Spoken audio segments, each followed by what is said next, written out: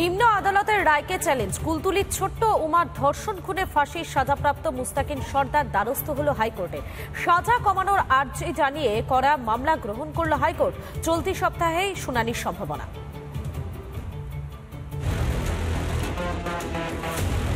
অভয়াকাণ্ডের আবহেই গোটা রাজ্যকে নাড়িয়ে দিয়েছিল কুলতলি কাণ্ড। দুর্গাপুজোর কয়েকদিন আগে উদ্ধার হয়েছিল ছোট্ট উমার দেহ। ধর্ষণ খুনের অভিযোগে গ্রেফতার করা হয়েছিল মুস্তাকিন সর্দারকে। সিট গড়ে তদন্ত শুরু করেছিল পুলিশ। ঘটনার ৬১ দিনের মাথায়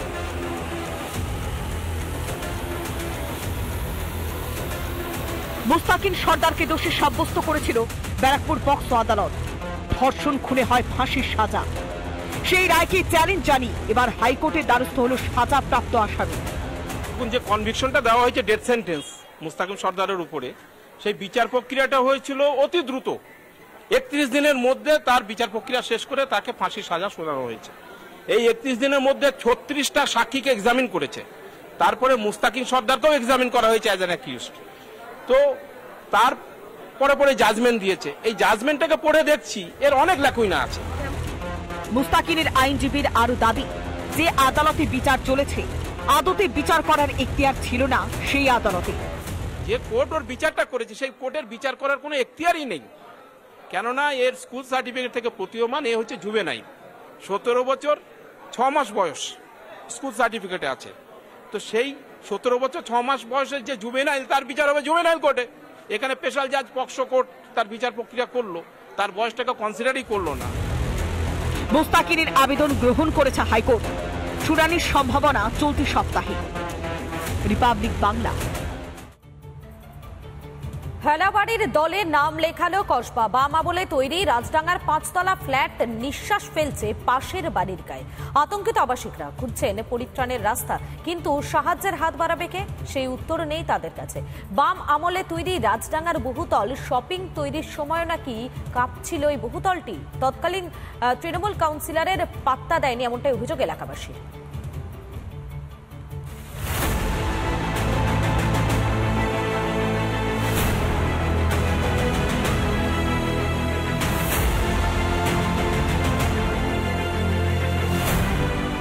কলকাতার উত্তর থেকে দক্ষিণ বিপজ্জনক বাড়ির তালিকায় নতুন নতুন নাম জুড়েছে প্রতিদিনই।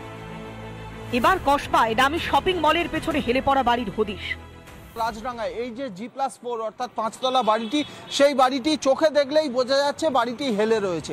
এমনকি গেটের ওপরের যে লোহাগুলি রয়েছে সেগুলো ওয়ালের মধ্যে ঢুকে গিয়েছে এবং রীতিমতো বেঁকে গেছে। ২০০৩ সালে তৈরি ৫তলা বাড়ি হেলতে শুরু করেছে ৬ থেকে ৭ বছর আগে। নিচের তলায় রয়েছে রেস্তোরাঁ, বহুতলের দেওয়ালে ধরেছে ফাটল। হ্যাঁ, এখানে পুকুর ছিল, তার উপরেই প্রমোটার ঘরটা করা হয়েছে আর কি। তো ৪ তলা করার কথা ছিল, সেখানে তো এত বড় বিল্ডিং করেছে। এই যে ফাটল চলে এসেছে, এই দিক থেকে বাড়িটা উল্টো দিকে হেলে যাচ্ছে, সেই জন্যই কিন্তু বাড়ির নিচ থেকেই কিন্তু ফাটল চলে এসেছে। ভয় তটস্থ বাড়ির বাসিন্দাদের বিস্ফোরক বয়ান। কসবার নামি শপিং মলে কাজ চলার সময় নাকি কেঁপে ওঠে এই রাজডাঙ্গার বাড়ি। মলটা যখন তৈরি হয় তখন এই বাড়িটা শোয়া ছিল, যখন ভেতরে যখন গাঁথনি হচ্ছে, ঠিক আছে, মলের জন্য, হ্যাঁ, তখন বাড়িটা আস্তে আস্তে ভাইব্রেট হয়, ঠিক আছে। ভাইব্রেট হতে হতে সাইডগুলো আমরা এখন নিচে নেমে দেখছি বাড়িটা কাঁপছে। এখানে কেউ থাকছে না এখন, কেন সবার ভয় আছে বলে, আতঙ্কে অনেকেই থাকছে না। যখন মল শুরু হয় কাজ, মানে ডিগিং, লাইক এটা 2টো বেসমেন্ট আছে, তো ডিগ করা শুরু করে তখনই এইসব হয়। আমাদেরও ঘরে অনেক ফাটল ধরে গেছে।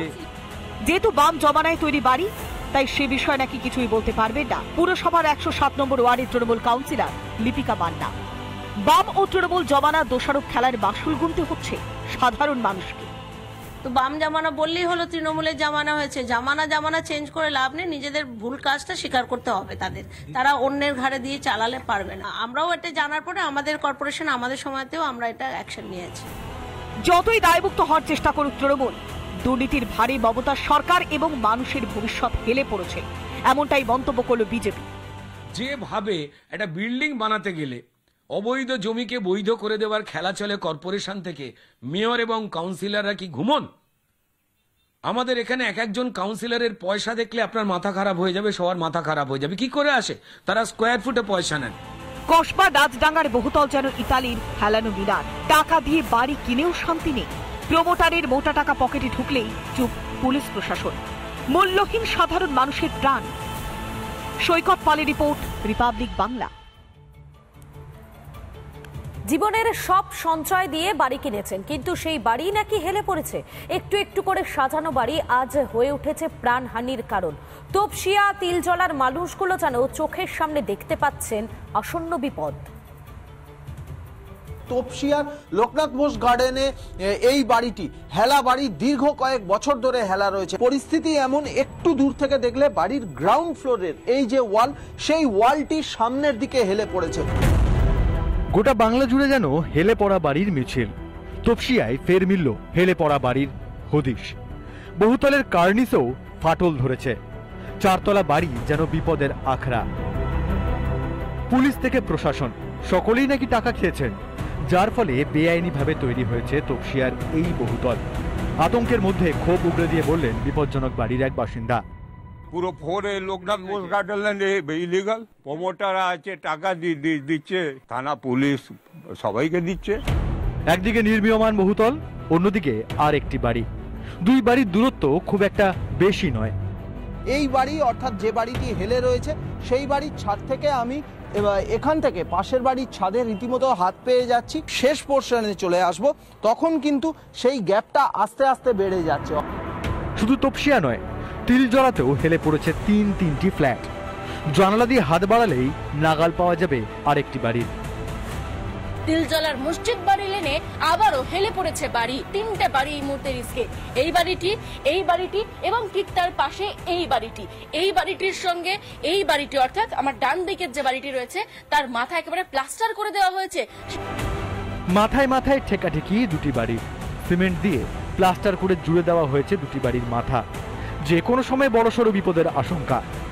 যে বাড়ির সামনের অংশ একটি বাড়ির সঙ্গে জুড়ে গিয়েছে এবং ঠিক পিছনের অংশ একই রকম ভাবে আরো একটি বাড়ির গায়ে গিয়ে হেলে পড়েছে। আমার হয়তো এক হাত হবে এখান থেকে, কবজি থেকে কুনোই, আর এখান থেকে হয়তো এই এক বেগত হাত। হ্যাঁ, বহুত রিস্ক है, लाख करोड़ों का जान जाएगा।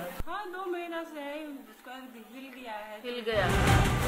গার্ডেন ব্রিজ থেকে বাঘাযতীন, কামারহাটি, এন্টালি, ট্যাংরা, তপসিয়া, তিলজলা, দিন দিন বেড়েই চলেছে হেলে পড়া বাড়ির সংখ্যা। কে কার ঘাড়ে দোষ দেবেন? কুল কিনারা খুঁজে পাচ্ছেন না মেয়র থেকে কাউন্সিলর কেউই। সৈকত পাল, ঐন্দ্রিলা ঘোষের রিপোর্ট, রিপাবলিক বাংলা। শাসকের রঙে রঙিন সরকারি পরিষেবা। তৃণমূল কাউন্সিলরের বাড়িতেই বসেছে দুয়ারে সরকারের শিবির। ইংরেজবাজার পুরসভার 3 নম্বর ওয়ার্ডের ঘটনা ঘিরে শোরগোল মালদায়। এর মধ্যে কোনো ভুল দেখছে না অবশ্য শাসক দল। নিন্দায় সরব হয়েছে বিরোধীরা। কোনো সরকারি দফতর বা ভবনে নয়, সরকারি পরিষেবা নিতে আসতে হবে তৃণমূল নেতার বাড়িতেই। ইংরেজ বাজারে দুয়ারে সরকার শিবির নিয়ে বিতর্ক চরমে। নিজের বাড়িতেই সরকারি পরিষেবা দিচ্ছেন ইংরেজ বাজারের 3 নম্বর ওয়ার্ডের কাউন্সিলর মনীষা সাহা মণ্ডল। কিভাবে তৃণমূল কাউন্সিলরের বাড়িতে চলছে সরকারি কর্মসূচি? যদিও এতে কোনো ভুল দেখছেন না কাউন্সিলর মনীষা সাহা মণ্ডল। গা বাঁচাতে পুরসভার কোর্টেই বল ঠেলেছেন তিনি। হ্যাঁ, এটা তো কোনো অসুবিধা নেই, কারণ দুয়ারে সরকার তো আপনাদের যে কোনো ক্লাব বা অফিসেও হতে পারে। তো আমার এখানে আমার অফিস ঘরেই হচ্ছে, কারণ আপনারা দেখতে পাচ্ছেন যেখানে বসেছে আমার গ্যারেজ ঘরটা, গ্যারেজ ঘরটা অবশ্যই জায়গা বেশি আছে, আমাদের কাজের সুবিধার্থে এখানে হচ্ছে। গোটা ঘটনা নিয়ে কি বলছে পুরসভা? গা বাঁচাতে আজব যুক্তি ইংরেজ বাজারের পুরো চেয়ারম্যানের। নামে হতে পারে, আমার বাড়ি খালি আছে, আমি থাকি না, তো এটা করবে না। বলছি, বিরোধী পার্টির লোক যারা আছে তারা কি আসতে পারবে? সবাই আসবে, সবাই দলীয় কাউন্সিল। আমার অফিসে আমার যে কোনো দলের লোকরা আসছে না, সার্টিফিকেট নিচ্ছে না। রাজনৈতিক রং বা দলাদলি থেকে দূরত্ব বজায় রাখতে চান অধিকাংশ সাধারণ মানুষ। সরকারি পরিষেবার স্বার্থে এক প্রকার বাধ্য হয়ে কাউন্সিলরের বাড়ির সামনে লম্বা লাইনে দাঁড়িয়েছেন বাসিন্দারা। আর এনে খোদ মুখ্যমন্ত্রীর দিকে আঙুল তুলেছে বিজেপি। অর্থাৎ রাজনৈতিক দল এবং সরকারি পরিষেবা মিলেমিশে একাকার হয়ে গেছে। সেখানে দিস ইজ এক্সপেক্টেড যে তৃণমূলের যে কোনো লোকজনের বাড়িতেই, দুদিন পর মমতা বন্দ্যোপাধ্যায়ের বাড়িতেও ধরুন, বা তৃণমূলের যে কোনো নেতার বাড়িতেও পরিষ্কার যদি শোনেন যে নবান্নের কাজ চলছে, অবাক হবেন না। এরা যতদিন রয়েছে গণতন্ত্রকে নিয়ে পিংপং বল খেলবে। সরকারি শিবির নিয়ে দলাদলি নতুন কিছু নয়। বিরোধী দল করলে পরিষেবা না পাওয়ার হুমকি এসেছে তৃণমূল নেতাদের থেকে। এহেন মালদার কাউন্সিলর দলের শীর্ষ নেতাদের দেখানো পথ অনুসরণ করেছেন। রিপাবলিক বাংলা।